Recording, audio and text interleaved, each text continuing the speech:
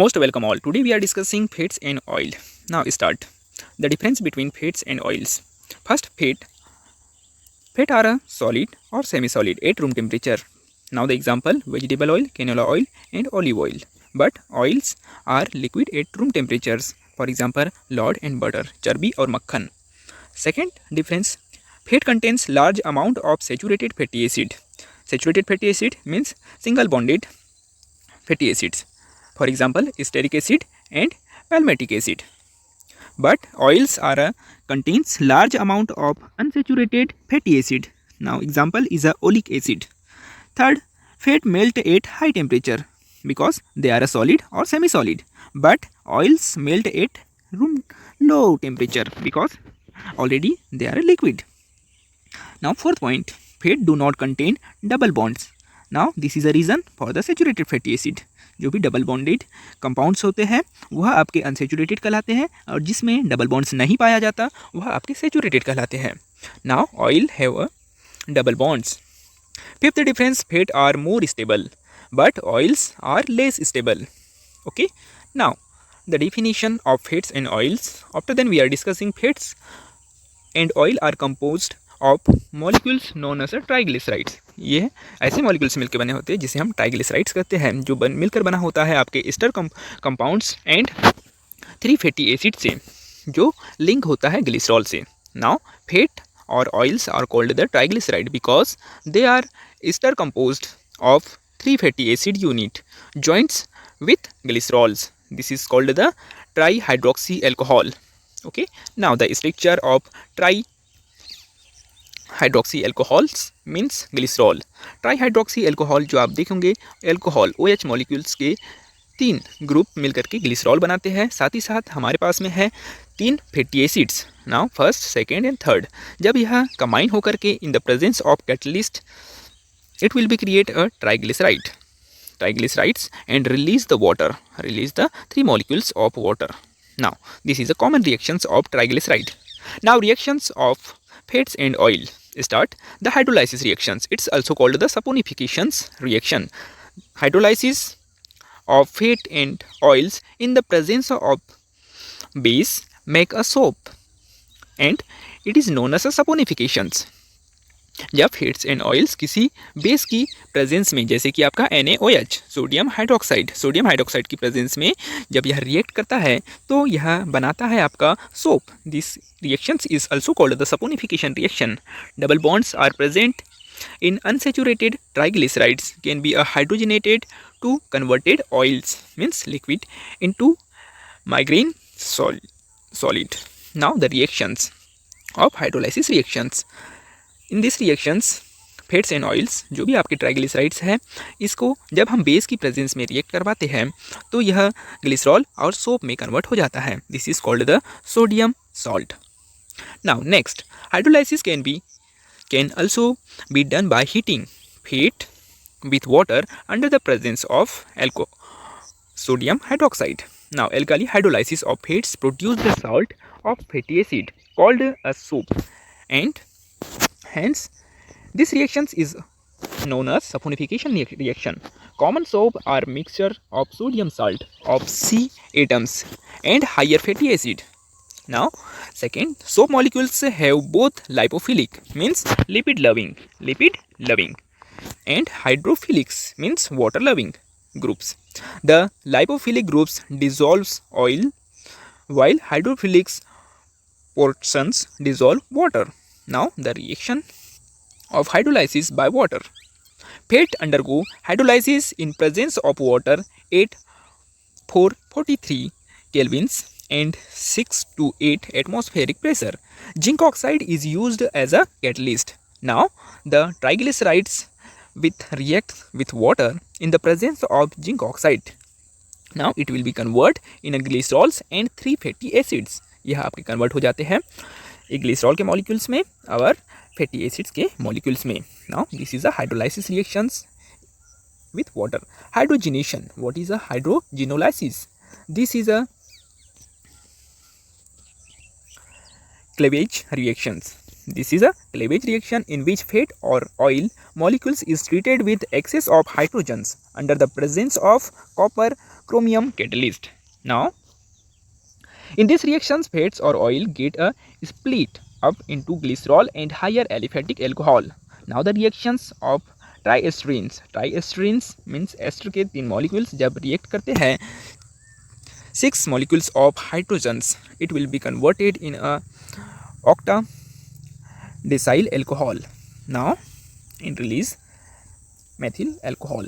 Now the rancidification reactions. Rancidifications in the process of complete or incomplete oxidation or hydrolysis of fats and oils. Now what is rancidifications? The exposed to air, light or moisture by bacterial actions. This reactions is called the rancidification reactions, जिसका result क्या होता है?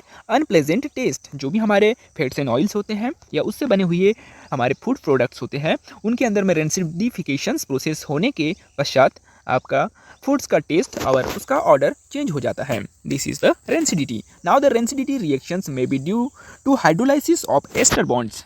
Ester bonds के hydrolysed हो जाने की वजह से रेंसिडिफाई होने के प्रोसेस होती है. Now due to the oxidations of unsaturated fatty acid means oxidative rancidity and hydrolytic rancidity. Rancidity occurs by the following ways. Now the list first is the oxidation of unsaturated fatty acid in the presence of light, moisture and a small amount of unsaturated acid present in fat or oil get oxidized by the air from peroxides which further the breakdowns into aldehyde having the unpleasant smell or taste. Now saturated fatty acids do not get a rancid. जो भी saturated fatty acid होते हैं वह rancidification reaction show नहीं करते, but जो unsaturated fatty acids होते हैं वो मोस्टली रेंसिडिफाई हो जाते हैं. Now the problems can be checked by adding a small quantity of phenolic substance which act as an antioxidant. Now the enzyme hydrolysis. Due to the presence of microorganism, fats get the hydrolyzed by enzymes to produce fatty acid having a sour taste and unpleasant odor. For example, butter get a rancid due to the production of butyric acid in this manner. Okay, now this is a rancidification reactions by the oxidation and hydrolysis process. Last reactions of drying oils. Drying oils in the oils are that harden to touch solid film after a period of exposure to air. Now कुछ oils ऐसे होते हैं जो air की presence में solid film को form करते हैं. This is a drawing oils. Now the oil harden through the chemicals reactions in which the components cross linked, hence the polymers. Now the reactions of oxygens not through the evaporations of water or other solvents. यह किसी प्रकार से water के evaporate होने की वजह से नहीं, but this is a harden chemicals. This is a cross linked compounds and form the polymers. And then drying oils are key components of oil paint and some varnices. Now some commonly used the drying oils include linseed oils, tongue oils and poppy seeds oil and perilla oils and walnut oils. Now the drying oils means wild rose oils and linseed oil and wheat oils are using in the process of drying. Now contains more than 50% of polyunsaturated acids in this reaction. They are quickly absorbed and leave no greasy layers on a oily skins. This light consistency make the good makeup and primers.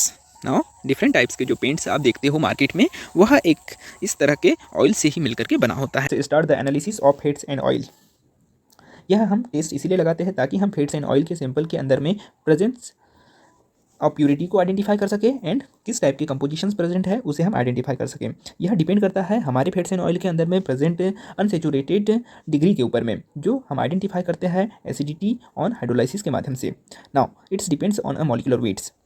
इसमें हम देखेंगे कि physical test जो हम लगाते हैं fats and oil को determine करने के लिए, इसके अंदर प्रेजेंटेड कंपोजिशंस एंड क्वालिटी को आइडेंटिफाई करने के लिए हमारे पास में बहुत से कॉमन टेस्ट है, जिसे हम फॉलो करते हुए आगे different qualities of saturated and unsaturated fatty acids को हम देखते हैं। इन्हीं सभी टेस्ट के द्वारा लगाई गई एनालिसिस प्रोसेस को हम एनालिटिकल कांस्टेंट वैल्यूज़ कहते हैं। Now let's start. First is the acid value.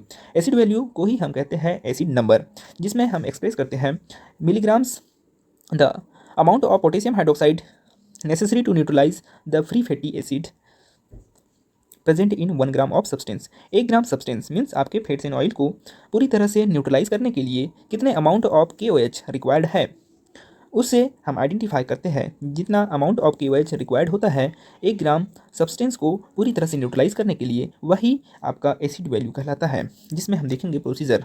First, अगर हम लेते हैं 10 ग्राम सब्सटेंस या सैंपल जिसमें आपका फैट्स एंड ऑयल प्रेजेंट होता है, इसे किसी भी प्रकार के हम ब्यूरेट में ले या आप देखेंगे आयोडीन फ्लास्क। साथ ही साथ हम प्रिपेयर करेंगे 50 ml मिक्सचर्स ऑफ एथेनॉल्स, जिसमें 95% आपका एथेनॉल होगा और आपके सैंपल्स प्रेजेंट होंगे। साथ ही में हम देखेंगे इसमें कलर इंडिकेटर के रूप में हम फिनोप्सिलिन 0.5 ml इसमें जब ऐड करते हैं और जब हम टाइट्रेशंस अप्लाई करते हैं, इसके अंदर में हम देखेंगे कि जो हमारा KOH है वह हम प्रिपेयर करेंगे 0.1 normal aqueous potassium hydroxide solutions.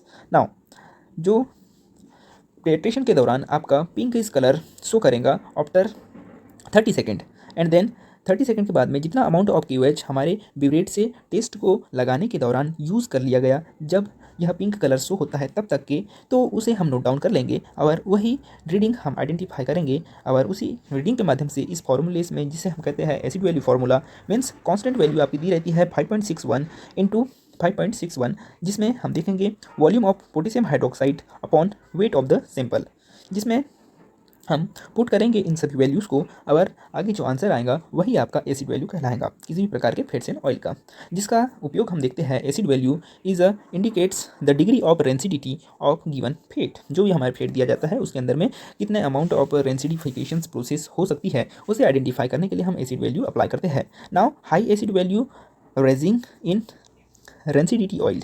Now the rancidifications is the compositions of fat and other lipids by hydrolysis and oxidation process. And then second, oxidation primary occurs in unsaturated fats by the free radicals mediates process, which is responsible for the producing unpleasant and obnoxious order and flavour. जो भी हमारे fats and oil है जो रेंसिडिफिकेशंस को perform करेंगे, तो वह आपके हमने देखे थे इसके पहले रेंसिडिफिकेशन प्रोसेस में कि वह एक्सपोज्ड होकर के अनप्लेजेंट ऑर्डर एंड टेस्ट को शो करते हैं। तो यही अनसेचुरेशन की अमाउंट जितना ज़्यादा हमारे फैट्स एंड ऑयल में होगा उतना ही ज़्यादा वो रेंसिडिफाई होता चला जाएगा। Now the rancidifications can be reduce. इसे हम रिड्यूस कर सकते हैं बट नॉट कम्प्लीटली एलिमिनेटेड। हम इसे पूरी तरह से हटा नहीं सकते bye strong the fat and oils at low temperature. जब हम इसे स्टोर करेंगे, storing in a low temperatures so and away from the light से जब हम दूर रखेंगे तो हम अपने फैट्स एंड ऑयल को बचा सकते हैं रेंसिडिफाई होने से।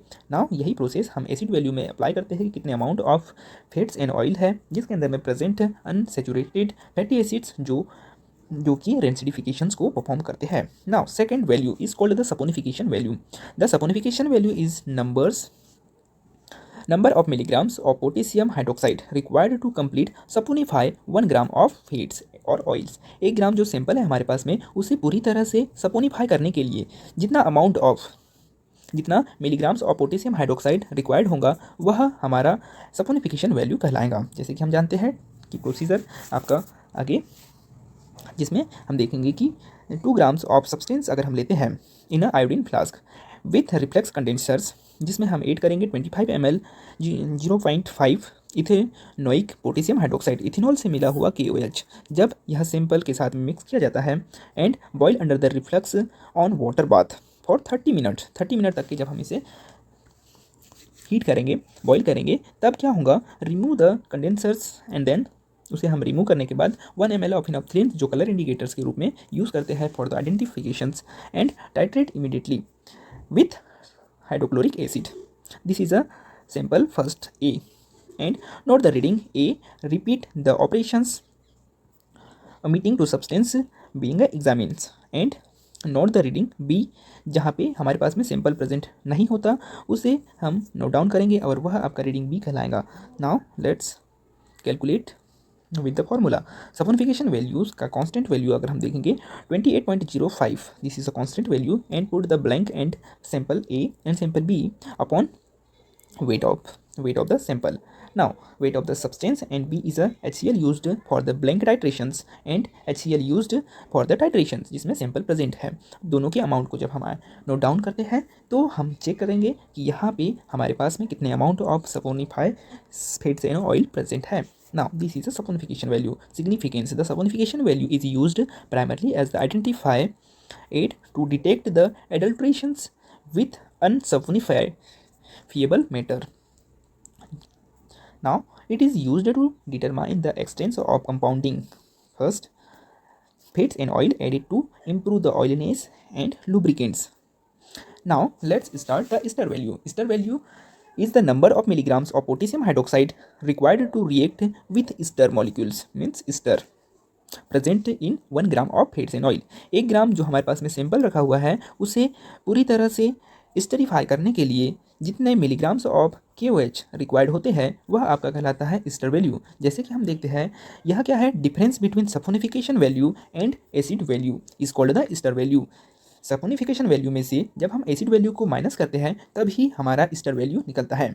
एंड आयोडीन वैल्यू अगर हम देखें, आयोडीन वैल्यू क्या होती है, it's also called the iodine number in analytical constant measures of degree of unsaturations of oils. इसे इसके अंदर में हम आइडेंटिफाई करते हैं या मेजर करते हैं degree of unsaturations of oils और फैट्स। जितना अनसेचुरेशंस प्रेजेंट है उसे हम आइडेंटिफाई करने के लिए आयोडीन वैल्यू अप्लाई करते हैं।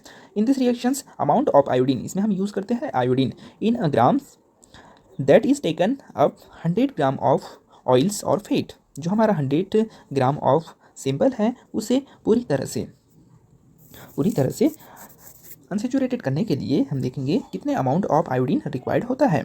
नाउ अगर हम देखें होल्ब्स मेथड के माध्यम से fat and oils sample is dissolve in the carbon tetrachloride.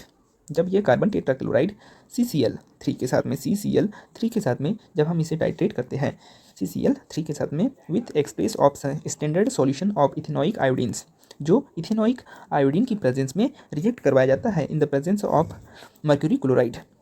Now unused आयोडीन्स is then calculated by titrations with standard sodium thiosulfate solutions. Now इसमें हम देखेंगे कि यह जो प्रोसीजर है जिसमें हमने डिजॉल्व किया कार्बन टेट्राक्लोराइड को आपके इथेनोइक आयोडीन के साथ में इन the presence of mercury chloride HgCl, तब हमने देखा कि जो भी अमाउंट ऑफ आयोडीन्स रिएक्शन के दौरान बच गया है उसे हम यहाँ पे आइडेंटिफाई करते हैं। Now iodine value equals to 1.256 blank and sample upon weight. Now this is a blank and actual readings. Okay, now the significance of iodine value. Iodine value gives us an idea about the proportions of unsaturated fatty acid present both in free combines form of esters. Now हमारे पास में iodine value इसीलिए दी गई ताकि हम check कर पाए कितने amount of fatty unsaturated fatty acids present है किसी भी सैंपल के अंदर में। Okay, now susceptibility of rancidity increase for the oils and fats having the higher iodine value. जितने ही ज़्यादा रेंसिडिफाइड मतलब कि अनसेचुरेटेड फैटी एसिड्स होंगे उतना ही ज़्यादा आपका आयोडीन वैल्यू निकलेगा। Iodine value help to indicate the compositions of complex mixtures as well as pure substance. यह आइडेंटिफाई करने के लिए बहुत ही मददगार है कि हम देख सकते हैं कि कितना amount of substance means sample pure है। Okay, now acetyl value is defines the number of milligrams of potassium hydroxide required to neutralize acetic acid products। जितने भी एसिटिक एसिड के प्रोडक्ट्स हैं जो प्रोड्यूस्ड होता है हमारे फैटी एसिड्स के अंदर में, उसे न्यूट्रलाइज करने के लिए जितना अमाउंट ऑफ KOH रिक्वायर्ड होगा उसे हम कहेंगे आपका acetyl value produced by the saponification of 1 gram of complete hydrolysed acetyls fats और oils. It is help to determine the number of alcoholic group. यह बहुत ही मददगार है कि हम चेक कर पाए कि हमारे फैटी एसिड्स में कितना amount of alcoholic group present है। Okay, now the procedures of acetyl value. First, it's give a sample 5 ml Add 5 ml of acetyl anhydride pyridine mixtures. Add 5 ml of water. Put a water bath, जिसे हम रखेंगे water bath के अंदर में इन सभी samples को, and then हमें इसे कूल करना है 30 मिनट्स तक, and titrate with 0.5 normals potassium hydroxide using a phenolphthalein as a indicators. Now we will be found the acid value. Acid value equals to E into 4.3 upon A. A means क्या है आपका weight of the sample with acetylated, जो sample के बीच में एसिटाइलेट compound के साथ में रिएक्ट किया हुआ है. साथ ही साथ E is a acidity equivalent, this is a acetyl value. Now the Richard Mitchell value, जिसे हम कहते हैं आर एम वैल्यू, यह क्यों दिया गया है? For the numbers of M L of 0.1 normal KOH solutions required to neutralize the water soluble steams or to neutralize the distilled of 5 gram of hydrolyzed fats और oils. Now इसमें हम देखते हैं कि जितने नंबर्स ऑफ ml हमारे KOH की solution के रिक्वायर्ड होते हैं किसी भी फैट्स एंड ऑयल को पूरी तरह से न्यूट्रलाइज करने के लिए, जिसके माध्यम से हम देखेंगे कि वह सिंपल जो distilled 5 gram of hydrolysed fats and oil 5 ग्राम पूरी तरह से हाइड्रोलाइज्ड विथ अ वाटर हो जाता है, जिसमें हम देखते हैं it is a indicators of how much volatile fatty acids can be extracted from fat sops through saponifications. Now, it is measure of volatile fatty acids residue presence in given fats and oil. Procedure: when we take a 10 grams of samples, add a excess 0.1 normal sodium hydroxide solutions in order to complete a saponifying the fat. मतलब कि हमारे fates को पूरी तरह से सपोनीफाई करने के लिए जितना अमाउंट हमें यूज़ होना है, जैसे कि हम देखेंगे solutions is then acidify with a distilled H2SO4 undergo the steam distillations. इसमें हम यूज़ करते हैं process is called the steam distillation in the presence of water. Now distilled containing the volatile acid is then titrated with 0.1 normals KOH solutions using a phenolphthaleins as a indicators. Now indicator के माध्यम से जैसे ही colour उसका change होता है तो हम देखेंगे कि RM value will be appear. RM value equals to 1.10 T1 minus T2. T1 क्या है? Volume of 0.1 normal KOH used for the titrations, and T2 is a titrations used for the blank, जिसमें sample present नहीं है. Now the significance of RM value. First, RM value useful for the testing of purity of the butter and desi ghee which may contains the high amount of glycerides of butyric acid and other steam volatile fatty acids residue. Example, adulterated butters has a low RM value. जो भी adulterated butter होती है जिसके अंदर में other compounds को mix किया जाता है या फिर वाटर मिक्स किया जाता है, तो उसमें RM वैल्यू के माध्यम से हम उसकी प्योरिटी को चेक करते हैं. Then that for the pure butter. Now RM value is the numbers. RM numbers is indicators of non-fat compounds is in edible fats link butter and like a butter and ghee, hence helpful in determine to purity of butter and ghee. Okay, now ये purity check करने के लिए हमने RM value को apply किया है. Okay, thank you so much. Now God bless you all.